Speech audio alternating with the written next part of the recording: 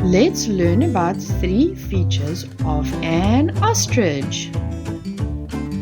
What does an ostrich look like?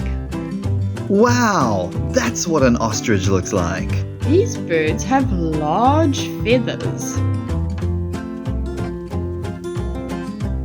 They also have long legs and a long neck. Whoa! Ostrich birds look quite funny.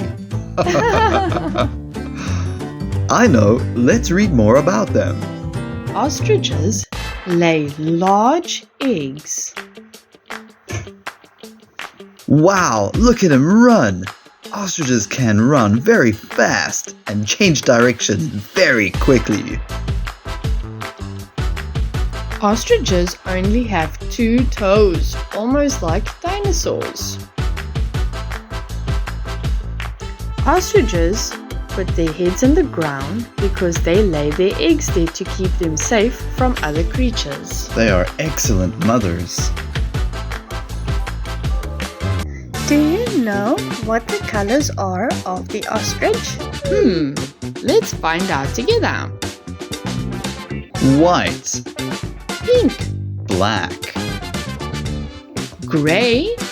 and orange. Whoa! These are the colors of an ostrich.